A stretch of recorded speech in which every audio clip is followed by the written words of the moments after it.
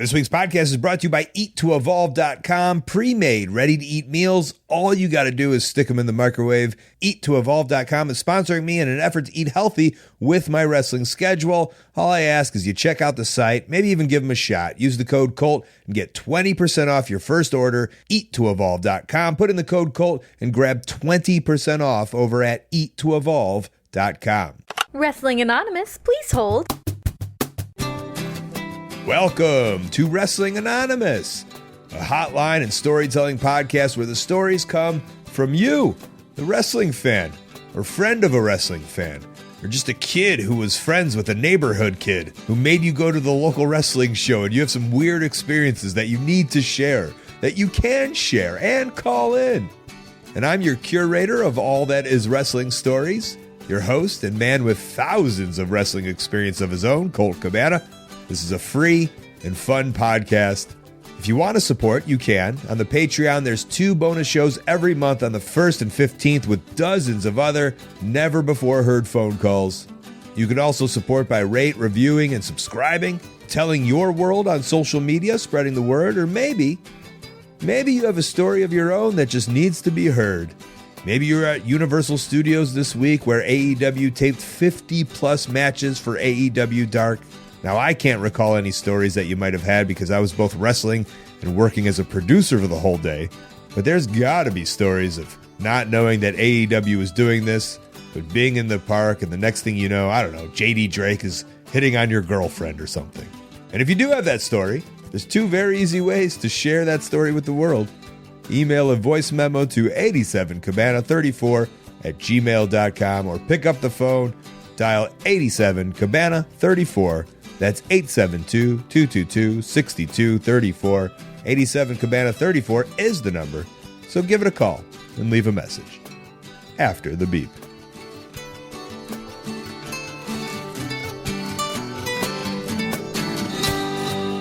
Wrestling Anonymous, please hold.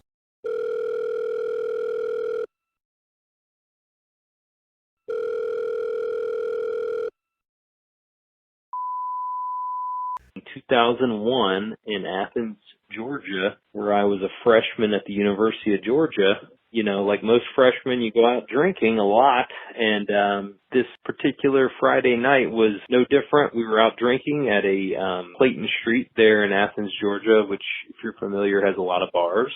And one of my friends from my hometown of Albany was visiting, so we decided to hit a bar called Last Call, which was kind of known as the freshman bar, the bar where all the young, perhaps underage kids could get in and drink with a fake ID. I don't know. I may have partook in that. And they happened to be having a Real World bar crawl. I didn't watch the Real World. My friend was very familiar. He immediately recognized somebody he called the Miz, and he kept saying, "Oh, dude, it's the Miz. We got to drink with the Miz." And I was like, "Okay, who's this Miz guy?" And we get to meet him. He's like basically cool as hell, drinks with us. I have a picture with him chugging a pitcher of MGD, which was the popular drink at the time. But we hung out, and he hung out with us for maybe an hour. We just got pretty shit-faced with the Miz. And then that was that. We called it kind of an earlier evening because the next morning I was supposed to be flying out to visit my brother in California. I was a little bit hungover when I was driving to the airport, and I get to the Atlanta Hartsfield-Jackson Airport, and I come up the escalator after coming through security, and who's sitting there in the concourse by himself but the Miz? And I come up the escalator, and he stands up and holds his arms out, and he says, "Nick, you're alive." Like, he beckons me over. I sit down next to him in the concourse, the Delta concourse there, and he just shoots the shit with me for 5 or 10 minutes like he's a friend of mine after just hanging out the night before, and honestly, everybody being drunk, and this guy was kind of a celebrity at the time. I just thought it was like said so much about the guy. Yeah, I pictured that in a movie scenario. That was straight out of a movie, which is the calls that I love. The movie calls. I think I'm going to call them from now on. That was a movie call. Very fun. Miz wasn't even in wrestling at that point. He was an MTV superstar. And you can imagine these guys were doing this every single week. I'm almost going to say every single night. I think the money was probably so good. the Real World, the Road Rules. It was so hot at that time. These guys were just getting paid to go and drink at bars. Side note, I was on an MTV show in 2006 called Wrestling Society X, and I remember hoping and praying that it kicked off and got so big that I could wrestle independent shows on the weekend and then do bar appearances, much like the Road Rules and Real World people, during the week. I mean, our show was right after Viva La Bam. Viva La Bam was our kick-in, and you better believe Bam Margera was doing these kind of appearances, making side money. So I was like, that's the dream. Wrestle on the weekend, side money during the week, maybe even go to the bar and watch the shows as Matt Classic, even if it's $150. If I can make a couple $150 paydays during the week, $150 paydays on the weekend, sell some merchandise, I'm living fine, baby. But the Miz was living more than fine. Drinks every night, I'm sure thousands of dollars for those appearances, and then look what he's turned it into. And has remained a good guy. Another one who's on the Art of Wrestling podcasts. I remember we had some moments where he was really truthfully telling me his story, telling me who he was, and you could see deep down a good dude. And you guys had a connection. Listen, if he's going to remember your name, he liked you. He liked your group. He liked your people. You could still be friends to this day. I'm blaming you for not keeping that connection closer together. You should have exchanged, at that time, MSN Messenger handles or AIM names. You should have kept in touch, but you didn't. What could have been? A 20-year friendship with Mike the Miz Mizanin from the Real World Road Rules Challenge. Also a WWE champion. But more importantly, the guy who went to the bars, got paid, and became your friend. When I was growing up right outside of Philadelphia, Pennsylvania, I was friends with a guy who knew a local wrestler. My buddy was a bodybuilder at the time, so they were at the gym together quite often. He was one of the local guys who started with Tri-State Wrestling, which eventually turned into ECW Wrestling. We used to go to all the shows. We used to go backstage and hang out, which was all cool and things like that. Unfortunately, a few years back on the national news, I see that he, the rockin' rebel Chuck Williams, killed his wife and himself. And I was in shock, and I just thought it was just crazy how this guy who I knew, see that, what he did. Yeah, you're not wrong. You're not wrong. Let's take out professional wrestling in general and just say we were at work and we had this buddy who was friends with this guy and we all became friends and we all went out and then one day we found out he was a murderer. It's fucking wild. That's a wild story. That's a story you tell everybody. But for some reason, I don't know why it is, there's a little bit of me who's just like, oh yeah, that's the Rockin' Rebel. What a piece of shit. But no, he's the ultimate piece of shit. It's a crazy story. You hung out with and knew a man who was capable of murdering his fucking wife and himself. A real low-life piece of shit. Everyone always knew that Rockin' Rebel was kind of an asshole. But this is like an asshole to a whole new level, obviously. It's a wild story that this man was in your life. This man was in my life. This man was in a lot of people's lives. And he was always chalked up to just kind of being like a carny dude. That's the Rockin' Rebel. He is what he is. That's what he is. Murders a woman. He was a gross human being. What he did was despicable. And it is a wild story that you spent years with this guy. Turned out to be a fucking murdering piece of shit. Ask me how I really feel. I worked for a professional wrestling company for about 10 years. I did production. I was a ringside camera guy. I did a lot of ring crew stuff, various other roles, but we had a lot of people come through the door, yourself included. And this story actually includes you.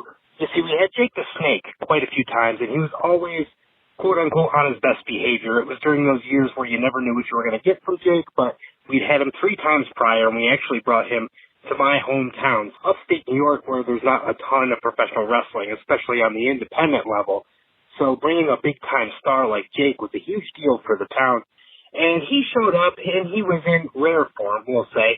And the noteworthy part of that particular event, the one that I choose to share with everyone anyway, was when he was signing autographs, he would take the Sharpie marker and draw mustaches on all of the children in the crowd. So if they were at eye level and he's sitting at a table, he would just kind of reach across the table and start to draw Fu Manchus. I saw soul patches. I saw unibrows. I didn't see any Charlie Chaplins, thank God. But it was a very bizarre sight to stand on the ring apron and shoot the show looking around, seeing all these smiling, giddy kids who are happy to just be there watching wrestling with marker all over their face. Oh, I'm so glad that this is an actual show for this guy to call in and to send this story, because I remember that day very vividly. I remember seeing all these children with mustaches and just being like, what is happening? Why are all these kids having mustaches on them? And someone explaining to me, Jake is just at the table, just being Jake the Snake Roberts and drawing mustaches on people. And for that, it made it even funnier. And it was so funny to me. And I remember just chuckling, thinking about it on that day when someone told me about it, and even days later. And now here we are, probably 12 years later, and I have totally forgotten that story. Like, that wasn't even a story I could bring up or tell anybody. But once someone has reminded me about it, now it's back in my bank. It's part of my vault of stories that I have forever. I was a part of that because I was there and I was watching that happen. And it was so lovely. And it's part of the Wild West of independent professional wrestling stories in which I was a part of, and I've had thousands of them. I can't remember them all, but luckily this man is here to remember it for me. And that was a time when Jake was a wild man. He was just so crazy. I have a picture on my phone that I've never showed anybody, but I just had to take a picture for documentary reasons of this very show, of him backstage, the people in the gorilla position, like doing the lights and the music and the edits, and him with his just pants down in front of them. He just dropped his jeans and was just hanging out in front of them for comedic purposes in his mind. I don't know how really funny it was. I didn't think it was that funny for those people. I thought it was funny in a way of like, this is my childhood hero and he's just being a wild man backstage and it's just so crazy. But that's who he was. And he'll admit it to you. Thankfully, saw Diamond Dallas Page, got a little help, kind of got everything back together. And I think we have a more enlightened Jake the Snake Roberts on the scene these days. But back in the day, this man, you wanted to bring him in. He drew money. People knew who he was. But he was a wild card. Hence why I think there's a lot of Jake Roberts stories on this podcast. And that was one of them. He just drew mustaches on kids. Just because he had a Sharpie, was bored, and wanted to. It's amazing. Just amazing. Wrestling Anonymous, please hold for sponsors. May 15th, 2021, Baltimore Celeb Fest. Greg the Hammer Valentine, Tito Santana at a table together. And I'm not sure who booked who. I'm not sure, if it's Tito's table and Greg's coming along, or it's Greg's table and Tito's coming along. But I'm sitting there and I'm waiting to get the new pictorial history of wrestling signed by both of them. And there's a fella in front of me, and he's got the Mattel Legends figure for Greg Valentine. He seems to have his own Sharpie, and I had some paint pens, and I was about to be like, hey, if you want a paint pen instead, but I didn't. I was like, you know what? He's like me. He's got his own pen. He's ready to go. Greg gets the figure. He comments on the price tag. It's $30 price tag that he bought, at the show. He goes to sign it, and the pen is like half dry. Like you could tell. It's squeaking. And immediately Greg gets pissed, and he's like, oh shit. He doesn't know what to do. So, and it's the first signing I've been back since COVID. Greg Valentine licks his hand multiple times and tries to rub it against the plastic of the Min-On card Legends figure, and it's not working. And he just says, shit. And he takes a different color, a silver Sharpie this time, off of his own table, and over top of the too dry signature, he just as flowery as he can, just Greg the Hammer Valentine over top, gives it back to the guy, and I just look at him and I go, that is a signature you're never going to forget. Yeah, that's a one of one. Which at first, I think years ago, I would have thought like, no, it's a smudged, gross autograph. What are you doing? But now that I've been listening to the Major Wrestling Figure podcast for so long, starring Matt Cardona, Brian Myers, and Mark Sterling, I've learned all about this autograph life, which I do find totally fascinating. That's a one of one. It's worth more than a one of 1,000. I've also learned that you want to use a paint pen. That's a big thing now. And I've learned about where to put the autographs and how you need the autographs, and you want them crisp and clean. And some people will get an autograph from somebody, not like it, wipe it off, and then go later to an autograph section and ask for a different style of autograph. That's the thing. The autograph market is wild, not just to resell, but also for yourself. People want very specific autographs. I am learning this from the Major Wrestling Figure Podcast and the Major Wrestling Figure World that these guys are putting out. It's very interesting. I recommend you listen, download, subscribe. So that in itself, very funny. Also, the middle of COVID season, just touching everything, licking everything. We're not getting political on our wrestling podcast these days, but I'm just saying, when Greg the Hammer Valentine showed up at AEW for the dog collar match, proudly wearing his crisp red with white letters, Make America Great Again hat, that he don't give a flying fuck about COVID. He's just mad. His autograph signings have gone down in the past year and a half, and now he's back, and he's ready to sign these autographs. So sure, that made him a little frustrated, and he wanted to do what's right because he wanted back on the autograph scene. Also, I've been following Greg Valentine on Instagram lately. I'm 97% sure it's not him actually doing the Instagram. It is his Instagram material, but it's pretty good. Quick recommendation from me on this podcast, intertwining with a very fun, COVID-filled autograph story about Greg Valentine. Indianapolis at a horror movie convention. Went to many of these, or gone to many of these. I went one year. Roddy Piper was in Indianapolis, was supposed to be there. I got off work a little late. My son at the time, he's 14 now. I think he was just maybe not even 2, so this is probably 12 years ago. My wife and I make it to the hotel that it's at. It's about an hour left of when Piper was supposed to be there. We pull up, and there's a car parked out front, right out by the lobby, and some people are loading up in it, and I tell my wife as we're pushing up my son in his stroller that that's Piper. And as they're loading him in the back, a couple guys, one guy in front of him gets in, Piper gets in, and I see a guy behind him, and I yell out, Mr. Piper, Rowdy, can you come meet my son? And the guy getting in behind him says, no, he's tired, he's had a long day. And I was pretty sad because I wanted to meet him, wanted my son to get a picture with him. And Rowdy, actually, I see him get back out of the car, tell the guy, no, he's fine, tells him I'm fine. Comes over to me, shakes my hand. I go to actually get my son out of his stroller, and Rowdy tells me, no reason for that. He then kneels down, and I've told this story so many times, and it never gets old to me. He kneels down in front of my son. My son gives him, just looks in his eyes, and he's quiet as could be.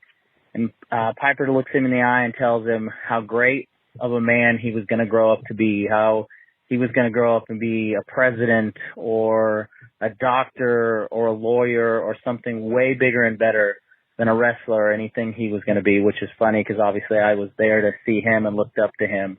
It was better than anything. We didn't go into the convention. We actually turned back around because I came just to see him. Well, we all want to know, is your son a doctor or a president? Did it work?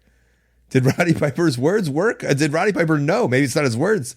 Could he tell the future? This is very important. I need to know this information. But for the story in itself, that day you weren't the only person that Roddy Piper was kind, sweet, and nice to. Not just your son. I believe it was the same show in which I did a podcast with Roddy Piper, which is still available on my Art of Wrestling podcast archives, which are free to download on the Art of Wrestling podcast feed, which does now include a live show from Chicago that I just put up. There's still Art of Wrestling's happening on that feed. But that day, we did not only one podcast, we did a two-parter. We did 2 podcasts. There was so much going on. I was like, is it okay if we do more? And he was like, yes, of course. And he was so nice to me and so kind to me. And we would exchange texts from that point in the future, even to the point where he once texted me and said, I love you, Colt. And then I was like, I think you're talking to the wrong Colt, but I still love you. It's Colt Cabana. And he was like, yes, I am. I was trying to text my son, but I also love you, Colt Cabana. So that is still a thing that I hold near and dear to my heart. But there were some stories about Roddy Piper, some not kind ones over the years that I had been told by promoters. And every time I had an interaction with him, he was a kind, sweet, great person, humble, very humble. And I didn't know if he was putting on a show of some sort, but it just happened so much that it just seemed legit. I think he really had a gripe against promoters. I think that's what it was. He always thought he was getting screwed over, and that comes from wrestling in those territories for years, and maybe even wrestling for Junior, as he would call him, that he just didn't like promoters, but he always liked the wrestlers. And I was one of the wrestlers. And you weren't a wrestler, but you were a paying fan, and I think he had a lot of respect for the paying fans. I miss Roddy Piper, and I love these kind of stories because it just seems like everyone but wrestling promoters have such great, kind, wonderful stories about the human Roddy Piper. And I was sitting front row at an HWA event in the fairgrounds of Dayton, Ohio, which at the time HWA was a WWF developmental territory. And this all took place during the WCW invasion. It was already a pretty emotional night because Charlie Haas had just returned to the HWA after his brother Russ had died. So they were having a special main event, which was Haas, along with Chemo and ECMO, the Island Boys, a.k.a. Rosie and Jamal, versus the heavyweight champion Easy Money and the tag champions Steve Bradley, Val Venus. And all the straps were on the line in the six-man tag. Well, after a pretty good back-and-forth match, Haas gets the pin. Creed's My Sacrifice blares in the arena, and the 50 people there are going nuts. And then Chemo slides out of the ring after grabbing his belt, comes over to where I was sitting, and headbutts me to celebrate, which in turn breaks the sunglasses that I was wearing that Edge had given me at the Pillman Memorial Show a couple months prior, sending me to Goofyland for a few minutes. After the celebration died down, Chemo came back around seeming legit concerned, because while I may have Samoan size being 6'3" and about 400 pounds, I am in fact not Samoan. He came over and he was all, well, that didn't hurt, did it? And of course, I was like, nah, it's all good. Then he was like, good, and chops my chest with a force that no man should ever feel. And I'm still looking for that match on tape, so if you have any resources, that'd be great. Hey, you're not hurting gonna sue me, right? No? Here's a giant chop from a giant Samoan man. What a 1-2 punch. I think that was at a time where those guys just didn't give a shit. I mean, nobody gave a shit. But I think at that time, everyone just thought they were powerful. They were the show. They could do whatever they want. I do believe that ended up being Umaga. I think that's who he was talking about. And yeah, Umaga just kind of did what he want. And sure, he's going to headbutt a fan to celebrate, which is a total bummer because Edge sunglasses from a match from the Brian Pillman Memorial, that's invaluable. That's a piece of history. That's an asshole move right there. But I guess being part of the show is fun as long as you're not concussed. I assumed you were going to be completely concussed. It's wild that he would headbutt you hard enough to break your glasses, but just not hard enough to not concuss you? Well, I hope the chop was like the cherry on top. Also, I do love that now this show has become a garage sale or a missed connection in the back of the newspaper. If anyone has access to that match, please get a hold of me, and I will tell the correct people. Wrestling Anonymous, please hold for sponsors. It's the early noughties, and whilst the mainstream US wrestling scene is doing great, UK independent wrestling was, in a word or two, on its arse. I was studying at university in Kent for a degree in television broadcasting, and just down the road from our campus, me and my classmates heard about a new independent wrestling show starting up that would feature some people from the UK scene, the Jodie Fleisches, the Johnny Storms, a young Danny Burch, as well as a handful of international talent such as a freshly released Scotty Goldman and a Mexican wrestler by the name of El Generico. Me and my wrestling loving pals had the brilliant idea of renting out the camera and sound equipment from our uni, telling them that it was for our coursework, but what we were actually doing was heading to Orpington once a month and shooting us some wrestling. At one event, Samoa Joe was flown in to face the then Governor Martin Stone, who you might know these days as Danny Burch. It was at this event that I was approached by an American guy who at first I thought was Joe's agent, but who quickly revealed himself to be Carrie Silkin. Carrie told me all about a company called Ring of Honor and was asking me all about the camera kit we were using. I gave him a list of the kit and spoke to him briefly about how a bunch of wrestling fans still at uni had access to what was at the time broadcast quality cameras And he was impressed, so impressed, he gave me a business card with his email on and told me to drop him a message when I graduated. Fast forward 15 years. I've long since graduated uni and now have a career here in the UK as a TV producer. It's March of 2019 and I'm in New York City for my first WrestleMania. The night before WrestleMania, I was at the Ring of Honor show watching a now seasoned Scotty Goldman compete at Madison Square Garden. Halfway through the show, I head out to grab a drink, and who do I bump into? Carrie Silken. I am beside myself with excitement. I enthusiastically retell the story of meeting Carrie 15 years earlier and tell him that that business card was my motivation for graduating uni. Wow. Ticketsman at AOL.com. That was Carrie Silken's email address that was on that card. I know it very well. Carrie was my boss and is my friend and has a fun podcast telling those kinds of stories from his past, which I've asked him to drop a story.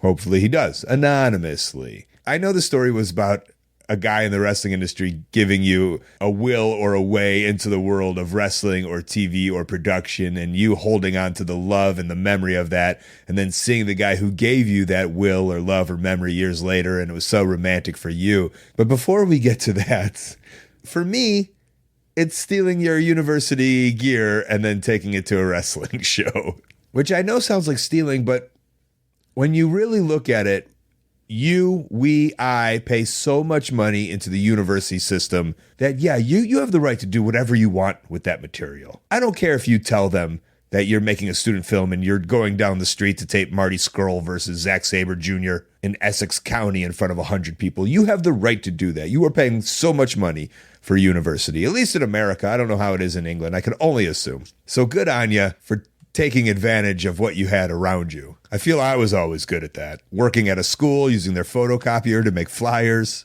etc., etc. But on to you and Carrie. We all have those origin stories. We're all going to be kids meeting some grown person one day who will not remember the story, know that they had any influence or even care that they did it, but they are part of your origin story. They are part of your history. And I'm sure Carrie Silken is thrilled to know that he helped you somehow move and shift into the United Kingdom's television world. Now, come on, help him put Ring of Honor on TV, all right? Give him a little hand. That's all they're asking for. You owe it to him.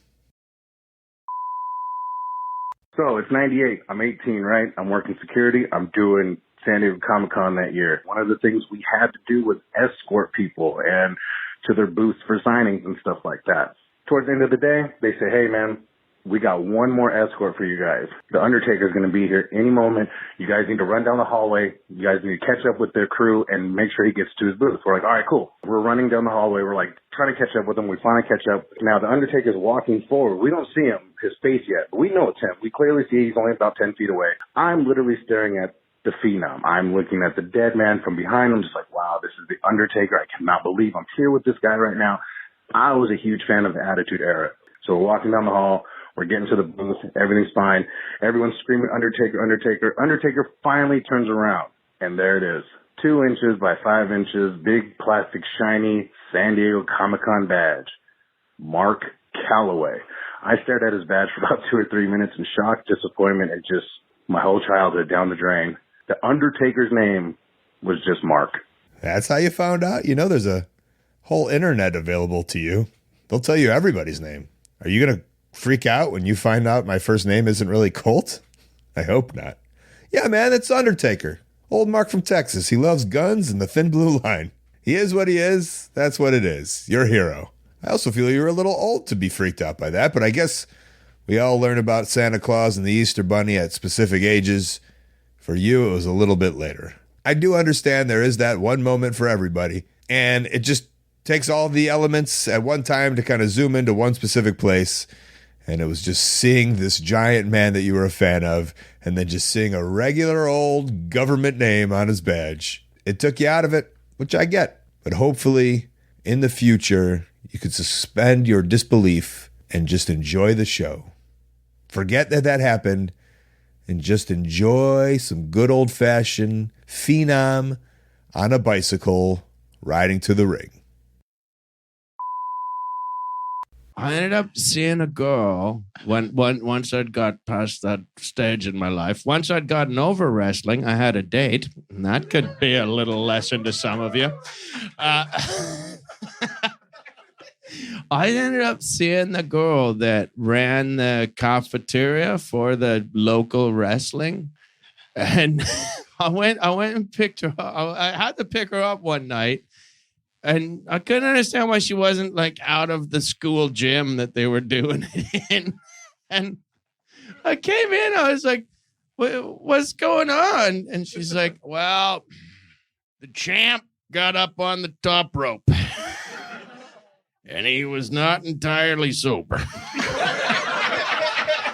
So he fell off, cracked his head open, and we had to call the ambulance. And I was like, well, why is everyone still here? And she was like, they want to know if the title changed hands.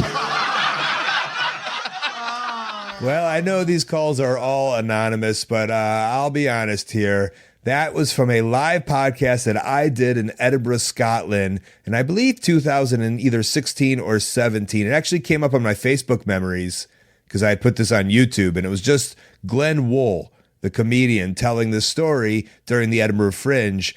And I thought it was such a fun story that now that I have a podcast about wrestling stories, it is the perfect wrestling story to be told on this podcast. So I thought I would add it. Those Edinburgh shows from The Art of Wrestling are some of my favorites, by the way. They are true hidden gems. The first couple years are actual live podcasts. And then the last couple of years are me doing my show with either Brendan Burns or John Hastings. And then the first 10 minutes before we do the show, we talk to the comedians on stage just about any kind of wrestling stories or memories. And I put those in the podcast. True hidden gems. Of course, they're all up for free on the Art of Wrestling podcast feed. Please feel free. Go back and listen to those. As for this story, I can't add to it any better. Glen Wool is a professional comedian. He was just telling the story, but it makes sense. In local Canadian wrestling, the wrestler was drunk and hurt and bad, but finish the storyline. I guess that still makes sense now. Finish the storyline. That's all we ask as a wrestling fan. Wrestling Anonymous, please hold for the credits. Thank you for listening to this week's episode of Wrestling Anonymous. Today's show is edited and produced by myself in my studio apartment in Chicago, Illinois. Music is by Matt Kuhn. Music on Twitter. Podcast cover art by Donna619 on Instagram. Voiceover work is by @SarahJoyShockey. You can find me on social media, Twitter, Instagram, Facebook, TikTok, and YouTube. It's all @Colt Cabana. Did you listen to the new Art of Wrestling live from Chicago this week? It's a fun one. It's in your Art of Wrestling podcast feed. Go find them now. Download them all for free wherever you listen to podcasts, or listen ad-free on my Patreon, patreon.com/Colt Cabana. Sign up at the $10 tier, and I'll send you my very first sticker, which will be a Dark Order style sticker. Also remember the 1st and the 15th of the month, new, different bonus calls. Hit the Patreon. I do these calls live to my subscribers on Twitch. My Twitch is twitch.tv/Colt Cabana. Join that community. A lot of fun with video games and silliness. I have custom video messages, aka shoots, which are like cameos but pay the wrestlers better. Grab those along with Wrestling Anonymous t-shirts at prowrestlingtees.com/Colt Cabana. Colt merch is where you can buy all your other Colt Cabana swag, like an autographed picture of Colt and Yano, the greatest tag team ever, little plush Colt dolls, and more. I still print out the labels and I ship them from my own apartment in Chicago. I'll be wrestling live independent shows for Zello Pro in Nebraska, RCW in San Antonio, and on a cruise ship. Go to ColtCabana.com for more details on those shows. AEW will be touring Boston, New York, Philly, St. Louis, and more. For ticket information and information on how you can watch All Elite Wrestling every Wednesday and Friday night on TNT and Monday and Tuesday night on their YouTube channel, head on over to AllEliteWrestling.com. 87 Cabana 34 is the number. That's 872-222-6234, or email a voice memo to 87cabana34@gmail.com. The show only works. It only works if you give it a call. So give it a call, please. And thanks.